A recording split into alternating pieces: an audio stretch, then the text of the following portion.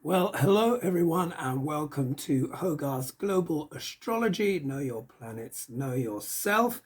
And today I'm going to do another deep dive, and it is going to be about Coney Barrett.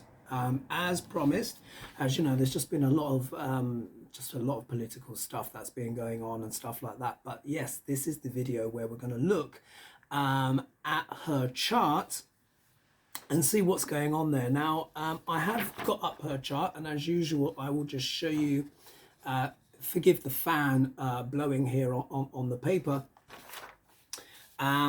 because as you guys may have known, or you may have seen already on the news, the UK, we've just gone through this epic heat wave where we've had 40-degree heat for the first time in our history, and the Fahrenheit equivalent of that is 104. So since records began, we have never had temperatures this high. It's literally the first time in our history. I mean, we've got records that are 100 years old, that are hundreds of years old. I think we've been keeping records since around about the 1700s, mid 1700s. And there's a certain place in the UK where they've been testing the daily temperatures every day for 100 years.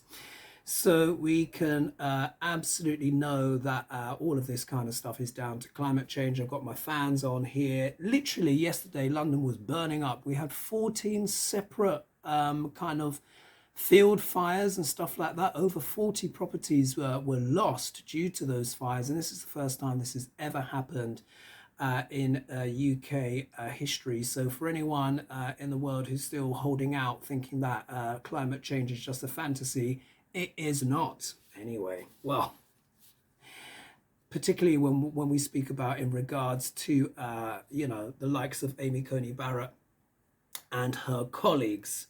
So what I've done is I've looked at her chart. Let me just have a little slurp of my smoothie here. Honestly, it's been so hot. Sorry to talk about the weather again, but it's been so extraordinary.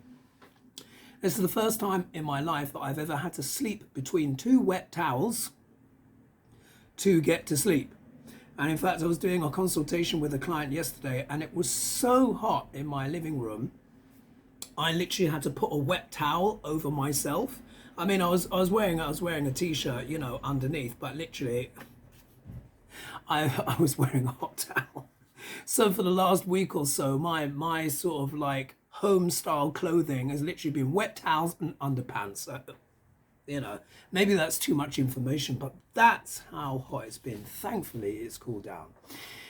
Anyway, Coney Barrett. Wow. All right. So I've rummaged around online for her chart, and she was born on the 28th of January, 1972, so she's 50 years old. And she was born in New Orleans, Louisiana. Now, there's no official birth time for Coney Barrett, but we will just follow the usual principle of what I've been doing in these readings, particularly when it comes to people that are involved in politics, and that is that you use 12 noon. Why? Because what often happens is people that are very prominent in politics, they do tend to be kind of born at 12 noon, sometimes midnight as well, and it's to do with the position of the sun. When the sun is in the position of the 10th house, that does increase one's chances to reach a very high level in politics.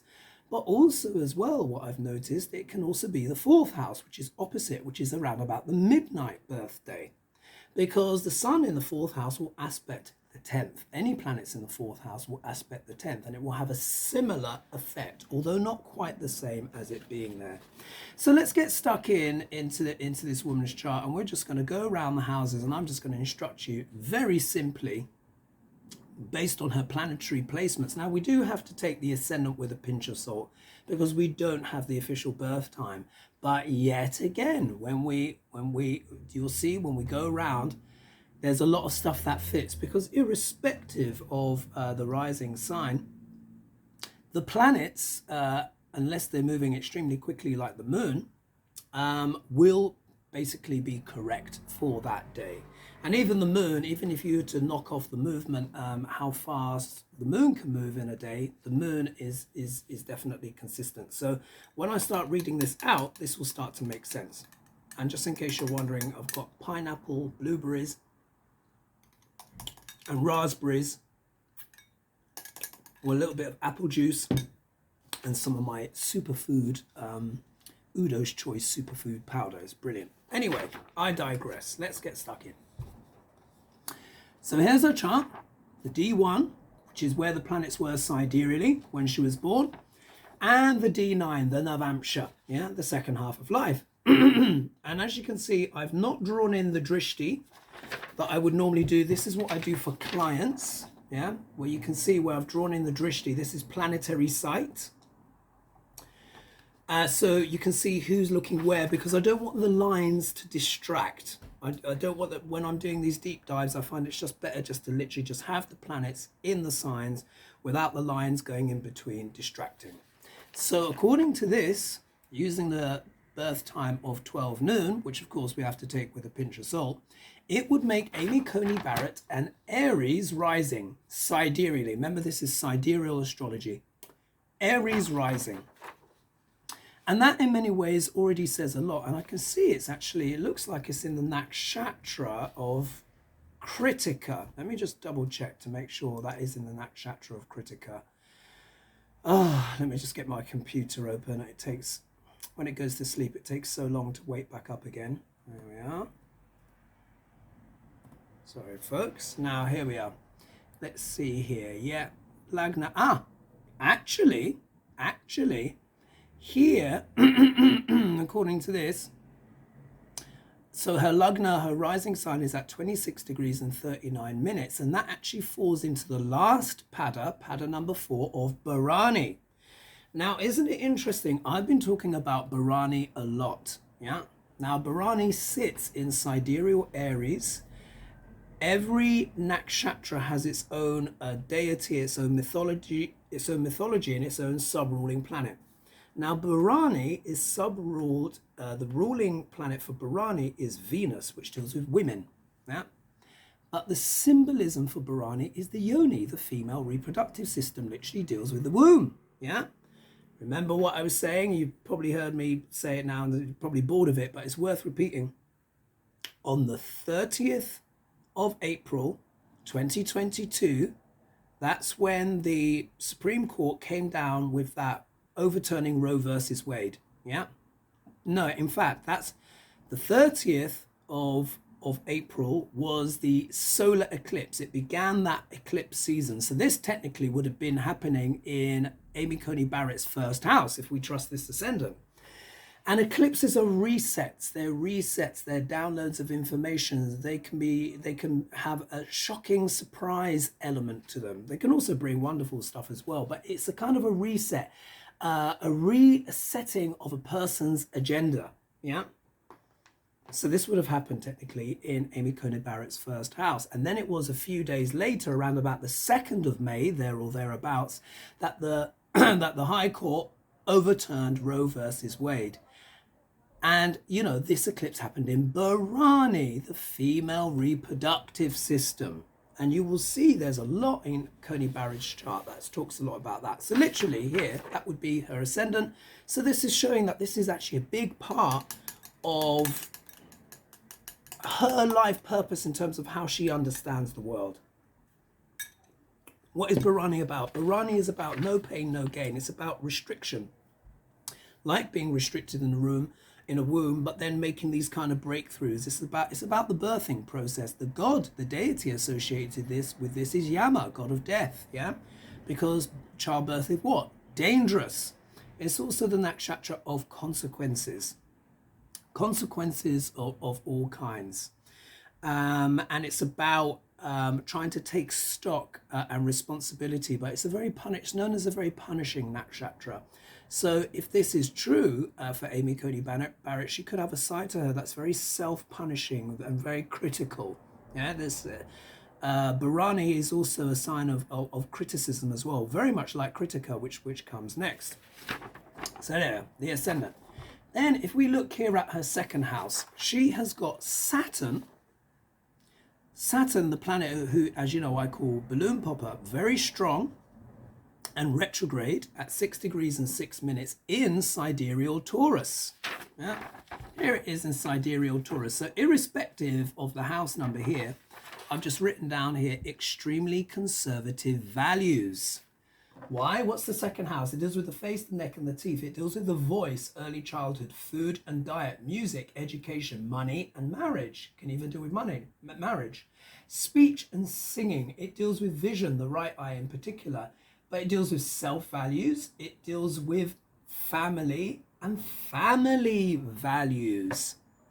Anyone who has got Saturn, either in the second house, but particularly when they've got Saturn in Taurus, sidereal Taurus, they're going to be very conservative. Saturn is a naturally conservative planet. Taurus is a naturally conservative sign. Yeah, even though it's the feminine expression of Venus and it deals with arts and culture and stuff like that.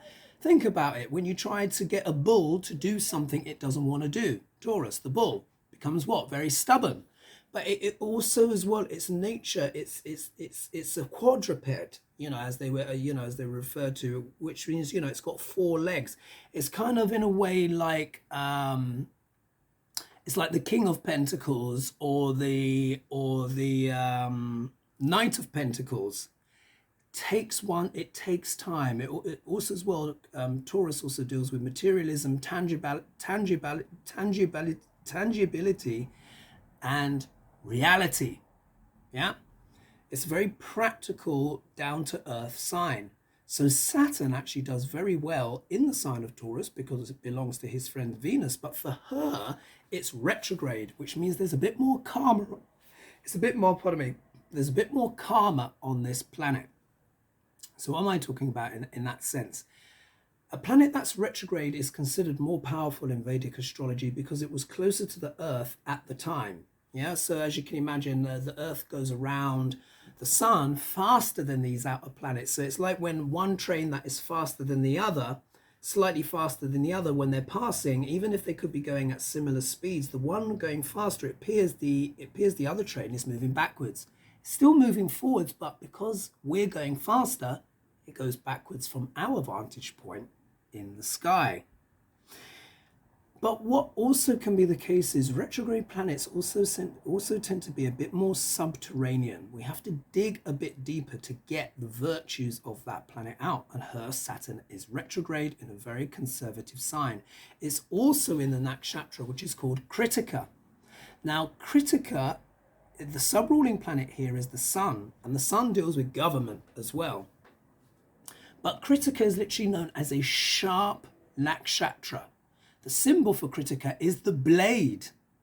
So here we can quite literally, and it deals with ceremony as well, fire pit ceremonies, purification. It's all about purging and purification. So here we can quite literally see Amy Coney Barrett has these kind of values of very strong conservatism, and there's a kind of a sharpness, incisiveness, a kind of cutting nature and a cutting intellect, almost like the Queen of Swords in a way, in regards to family and values and her sense of what is proper in the world. So sharp, cutting, critical. And then when we also consider as well potentially the ascendant being in Bharani, which is what the female reproductive system, just looking at those 2 houses alone, and that's already starting to speak volumes, isn't it, about her values as a person. So already we're seeing a picture here. This is someone that is conservative by nature. They've got strong ideas, strong, sharp and conservative ideas in regards to family and stuff like that. This is also someone as well that's probably very good with their budgeting, and also probably, quite wealthy as well. I'm sure, she's not short of a penny or two, let's put it that way, because here Saturn, which can be a conservative planet, quite a stingy planet, although it can give challenges when one is younger in terms of family life, it can actually make a person very good with money long term. Like one begins to, she probably got all of her children on allowances and stuff like that. I think she's got some of her own and adopted. Let me know in the comments if there's more on that, because of course she's an American justice, and I don't know absolutely everything about her life. And it's good sometimes when you're reading these things not to know too much, because you can't make assumptions. Anyway, let's move on to the moon. So the moon in her chart is in sidereal Gemini, not in Cancer as she would be in Western astrology. So the moon is in Gemini. Gemini is an intellectual sign. It's a very intelligent sign. And what I've put here is, I've written here, cunning intelligence with money skills. Is that what I've put? Yeah, my God, struggling to read my own money skills. Why do I say that? Because Gemini belongs to Mercury. And Mercury is one of the planets of commerce. It's one of the planets of commerce, but communications, emails, travel. Mercury is responsible for so many different things. This is why many of us feel that Mercury retrograde, when it does happen, it goes retrograde 3 times a year. Now here, she's got this moon in a nakshatra, which is called Purnavasu. And Purnavasu it's known as return of the light. You're probably thinking, that doesn't sound so kind of like nice potentially for an Amy Coney Barrett. But it's Purnavasu comes after Ardra, which is the big storms. And the earlier part of this is Marigashira, which is the search for beauty in terms of Gemini. So the deity associated with this nakshatra is the goddess Aditi, which actually deals with motherhood, believe it or not. So do you see how this theme is developing? The moon represents the mind and the emotions overall. It represents our instincts, our talents, the past, history, stuff like that. So it shows that Amy Coney Barrett is actually a woman that is very interested in the role of motherhood. Now, what's funny with this is, what I found is, a person doesn't necessarily have to have their own biological children. Quite often they adopt, and I know that she's got at least a few adopted children, isn't it? I think it's like 3 or something like that. I can't remember if she's a biological mother or not, but it doesn't matter. She is a mother. But it means she's got strong ideas about motherhood as well. And when we put that together with the Bharani Ascendant, and then the Saturn in the house of the family, Kritika, these very conservative opinions about family. And then the moon is in Purnavasu, where the deity is Aditi, the goddess, the mother of the gods. We're starting to see these first 3 houses are already saying a lot about her opinions, yeah? But also as well, so someone that is mentally agile and intelligent, irrespective of what we may think of her as a character and stuff like that. I can see here from her chart, she's an intelligent person. And anyone that's got planets in Gemini and Aquarius, which we'll later on see, they're always sharp cookies, yeah? It just means more. It doesn't mean that the person's necessarily good. You can just see here from her chart, she's a quick thinker, obviously, to be a justice. I mean, a lot of them are cunning, son of a you-know-whats, yeah? But you still need some smarts to get there. All right, so if we look here, if we go to her 4th house. Now, what's the 4th house all about? It deals with the receptive heart, the 4th chakra, the emotions. It deals with the mother, ancestors, real estate, history, vehicles, the storehouse. It deals with happiness. It deals with things that are underground, emotions, honesty, sometimes even dishonesty. It deals with comforts and luxuries, master degrees and doctorates, and it deals with the homeland. Remember that homeland, the stomach and the breasts, yeah? So this is very significant. If we look here in Amy Coney Barrett's chart, here we see there's Ketu, snip, snip, with Ceres. Or no, Ceres, as I've been corrected to say. I've been saying Ceres for so long, but really it's Ceres. So forgive me for my mispronunciation in all of my past videos. Someone kindly pointed it out to me and I double checked the pronunciation, and it is indeed Ceres. So what I've put here is an unusual approach to motherhood and the role of women due to Ketu. Now remember, Ketu is snip, snip, but it's south node of the moon. But what we need to understand is this, is that the nodes are very unusual. They're highly unusual. They tend to produce unpredictable behavior.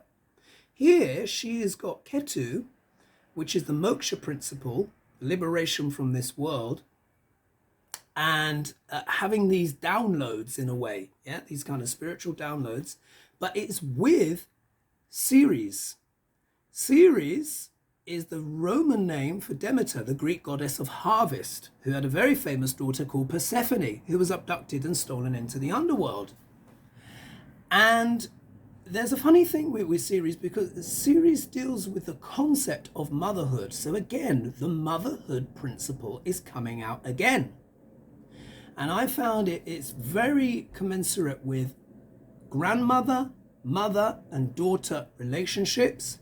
It carries a lot of the energy of Persephone and Hades as well, which is Pluto, yeah? Ceres can deal with not only where we give love and affection to something, but where we fear losing something, where we're trying to get something and then we can't get it back. Because Persephone was abducted and she could only spend a certain time with her mother, and then the rest of the time she had to spend it in the underworld. And what's really interesting here is, here's Ceres, like I said, with Ketu in the sign of Cancer, which is the mothering sign. So again, it's laid up again. It's also known as a psychic house. The psychic houses are 4, 8, and 12. Yeah. And what that does is it increases sensitivity to those things in those areas. But I find it very interesting that this thing that separates this planetoid series that represents motherhood and devotion should be next to snip snip. Now think about that practically, how that could work potentially with what? Abortion. Yeah. You know, I don't need to go into explicit detail for those who are watching, who can work out the relevance of snip snip in regards to motherhood. Isn't that interesting? And I'm going to, you know what, I've just had a download. I'm going to say something controversial here. Now, remember, this is for entertainment purposes only, and there's no way that I could actually establish this in fact. But there may be a possibility, maybe Amy Coney Barrett may have had an abortion herself, or a very close family member. Could have been her mother, grandmother, or even one of her daughters or something like that. Now, I'm not sure if they're old enough to be in that realm, but you never know. But there is something there, because I have seen this in people's charts. When you've got Ketu in a sign that in like the 4th house, which deals with family and motherhood, or the 5th house, which deals with children, it can often mean that. Or sometimes it can actually mean suffering miscarriages as well. It can also talk about that. So maybe there could be that. Again, for entertainment purposes only, I'm just reading the energy based on experience of what I've seen in other people's charts. So there's something here in regards to, you know, abortions, terminations, that's very close to her heart, which is obviously why she's voted the way that she's voted, you know, lying under oath, saying that she wouldn't, along with the other 2 douchebags, yeah? Anyway, I digress. So I find that very interesting. I find that very, very interesting there. If we go to the next house, we see she's got 2 planets here in the 6th house, in Virgo. Virgo is all about what? Health and healing and overcoming obstacles. She's got Uranus here and Pluto. Uranus is sudden shocks and surprises, radical departures, liberation, revolution even. And he's retrograde, so there's a bit more karma on that. Likewise, she's got Pluto here as well. So Pluto's at 8 degrees and 25 minutes, also retrograde in Virgo, and her Uranus is at 24 degrees and 50 minutes. Yeah. So what I've put here, deep desire to transform health for the citizens of the USA. And why do I say the USA? Because Pluto doesn't do things by halves. He may be the last planet in our orbit of our known solar system. And he may be tiny, but my goodness, he packs a punch. And he's so relevant for now, isn't he? Because of the Pluto return happening in the USA chart, which is churning up all of this stuff. So here, wherever Uranus is, one is inclined to do something radical or unusual or striking. And for her, it falls into the 6th house, assuming this ascendant is correct. But again, there seems to be strong correlation here. So what's the 6th house? Health and healing and overcoming obstacles. It deals with pets and divorce and lawsuits. It deals with the stomach and digestion, debts, food and diet. It deals with accidents and thieves and enemies, challenging competition, police and military. But it also deals with therapies of all kinds, like being dietitians, yoga, Reiki, all of that stuff. It deals with practical skills, repetitive tasks, production lines, hotels and restaurants, saints and sinners, and service. But it deals with health overall. And she's got 2 very dynamic and dramatic planets there together in the sign of health. One being about what? Radical transformation, yeah, and the underworld, yeah, potentially using manipulation, because let's not forget as well, the shadow of Pluto is manipulation, corruption, people trafficking, slavery, bondage of all kinds, repression, manipulation, and mind control. That's the shadow of Pluto, which, you know, she's hardly playing for the light here on this one, so we can assume that she's using the more shadow of that. And then Uranus, again, sudden shocks and surprises, eccentric behavior, unusual things that are a bit shocking or a bit weird or strange. Uranus also deals with strokes and heart attacks, by the way, and this is also as well when I was looking at Donald Trump, well, looking at Ivana's life via Donald Trump's chart. Do you remember that video that I did? A lot of you have watched that video.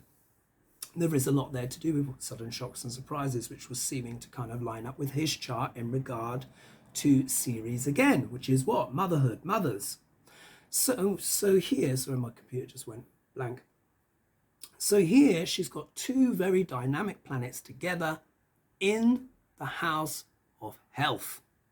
So you can see she's got what? Radical ideas when it comes to health. Yeah, so this is all kind of lining up very well, isn't it, so far? Now, if we move here, if we look to the next house, that would mean she's got her Neptune in the 8th house, which is another psychic house.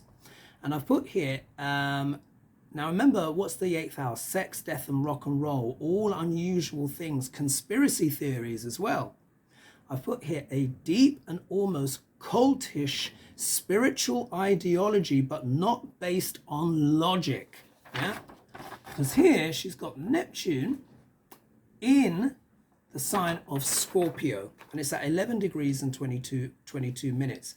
Now, Neptune in Scorpio is actually pretty strong. It's very good for spirituality. I've got the same placement. A lot of people of that Amy Coney Barrett generation of about 14 years will have this placement. But there is a shadow to Neptune, and Neptune also deals with what? Illusions and delusions. It's got a lot to do with cults, yeah. And if you look here, her Neptune is getting closer to where Donald Trump has got planets.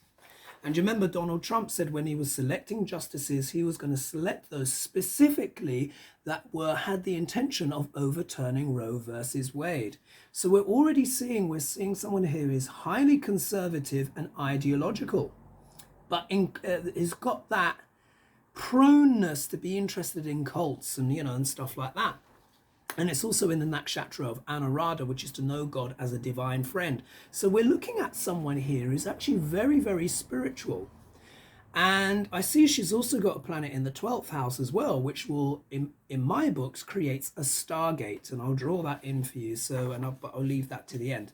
Right, next house. We look here, 9th house. What's the 9th house deal with? Deals with higher learning, gurus and teachers, beliefs and politics, publishing and travels, the law and lawmakers. It deals with religion and fanaticism, spirituality and education, languages and the father and luck. It deals with travel. And guess what? She's got Jupiter, Guru, in his own sign, Sagittarius, in the 9th house. Right there. There he is. So I put here extreme religious beliefs that are more likely to be fanatical in nature. Sagittarius as a sign deals with fanaticism. It really does.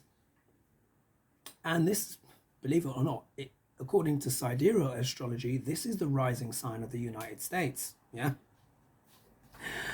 I'm not trying to kind of throw things around, but let's just look at reality. Yeah, let's just look at reality. Lots and lots of stuff to do with religion and all sorts of crazy conspiracy theories in America, but not just America, all around the world, but particularly so. Anyway, I digress. But the point is, she's got the planet that rules Sagittarius in his own sign in the 9th house. I mean, it doesn't get more powerful than that, pretty much. I mean, you can have an exalted Jupiter, but here what it is, Sagittarius is all about ideas. It's about the truth, but it's also about laws and religion and spirituality. And Saturn and Jupiter are very much the planets of the law of the land. So she's got extremely strong, if not fanatical opinions and beliefs around about the laws, how things should be, etc. And of course, look, she's a Chief Justice, yeah? And what are they trying to do? They're trying to bring together church and state. So we can see here, this is where really Vedic astrology really comes into its own, because it actually explains things. And as I'm always saying, planets are people. Yeah, planets are people. They're situations. Amy Coney Barrett has got that extremely strong in her chart. Let's go to the 10th house, which of course is public duties and stuff like that. And what's she got here? She's got Mercury, planet of communication, with the sun, which deals with our kingdom that we're building this lifetime, so much of our soul purpose, our beliefs. And it also deals with government. And she's got Rahu here as well, between the two, blowing all of that up. And her 10th house is ruled by Saturn, which is Capricorn, which is what? Government again. Capricorn is, I call it, is the sign of pressure. It deals with top-down structures, deals with hierarchies, people that are at the top, making rules at the top and putting all of those rules for everyone else. If the cap fits, yeah? What has she been doing along with her justices? Passing rules from on high that affect everyone else and not giving a damn about it. So if we see here what I've written here, I've put here extremely conservative, especially as a career focus, strongly attached to government. Yeah, because the sun is government, Capricorn is the sign of government, but here the sun is in an enemy sign because the sun and Saturn aren't friends.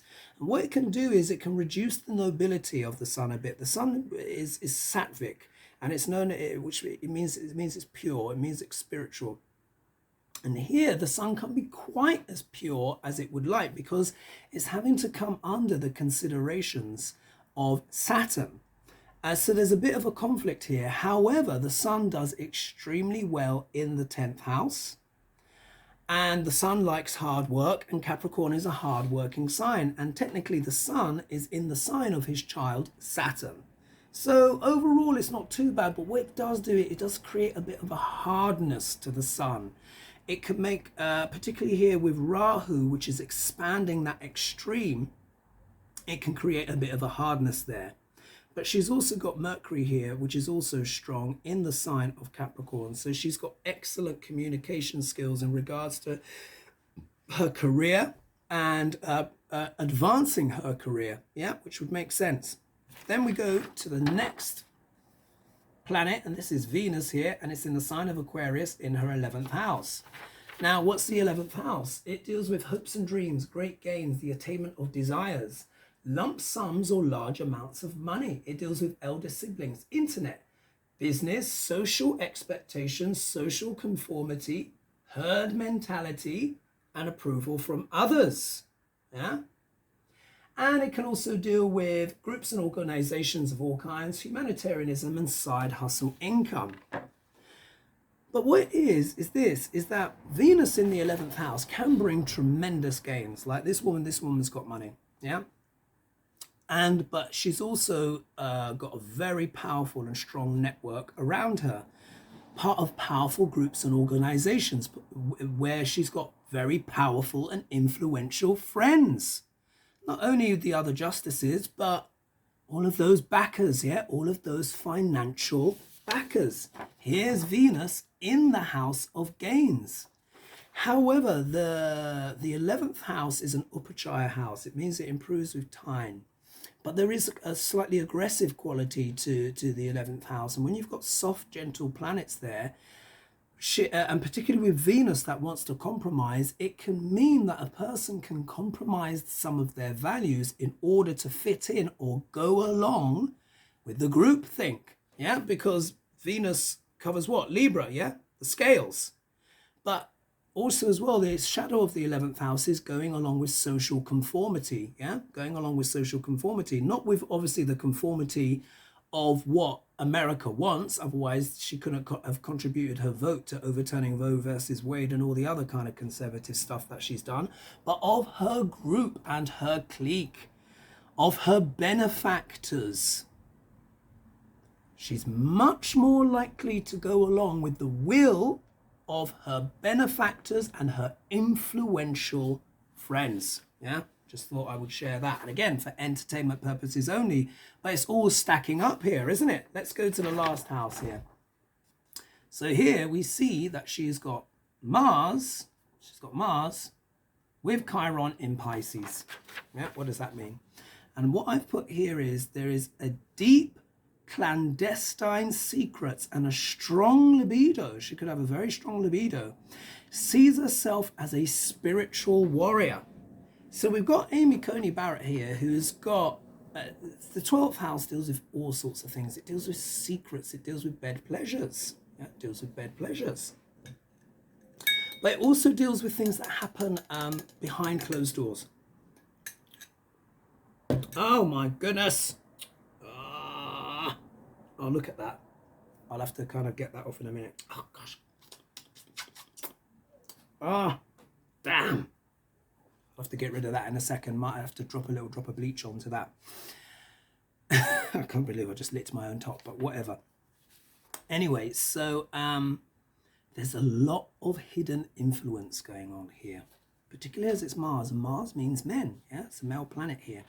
And it's in Pisces, and I'm going to draw in something what Amy Coney Barrett has. Now, don't spit at the screen when I say this, but I'm going to reveal to you the Stargate in her chart. I'm going to just draw this in, and I'm going to explain what this means. Many of my clients have this. Many of us YouTubers have this. Many professional psychics and people like that. There we are, I've just drawn it in. See this triangle that I've just drawn in here? This is what I refer to as a Stargate. You won't find this in any astrological books or anything like that. It's not an official kind of thing by any stretch of the imagination. But let me tell you, this is something real that I've just observed after hundreds and hundreds of consultations. And a Stargate is created when a person has one planet, just one planetary factor in each of the psychic houses, which are 4, 8, and 12. Amy Coney Barrett has got Ketu and Ceres in her 4th house in the psychic sign of Cancer. She's then got Neptune, god of the sea, in the psychic house of her 8th house in Scorpio, and then she's got Mars and Chiron in the 12th house, psychic house in Pisces. So she has an uncanny intuition about certain things, and I would bet you any money those other justices that are with her probably consult her advice on a lot of things. There's also a slightly mystical or magical element here as well. Yeah, I'm not saying that she dabbles in the dark arts, again for entertainment purposes only, but it wouldn't shock me. Yeah, wouldn't shock me. This is because it's a big deal. Many people, like I said, many of us on YouTube and all this kind of stuff who do this stuff professionally as a living have these configurations. Yeah, because it's what it means. It means the trapdoor to the otherworldly realms is open. So as weird as it may sound, this is a woman that uses a lot her intuition a lot. Yeah, she uses her intuition a lot. But again, intuition is a talent, yeah, that can be used for good or for ill. Let me just put it that way. And I think we know what she's using that for. Anyway, if we look here, we'll quickly rattle through this just to wrap up. In her second half of life chart, her Navamsha chart, which really starts kicking in properly from the age of 40.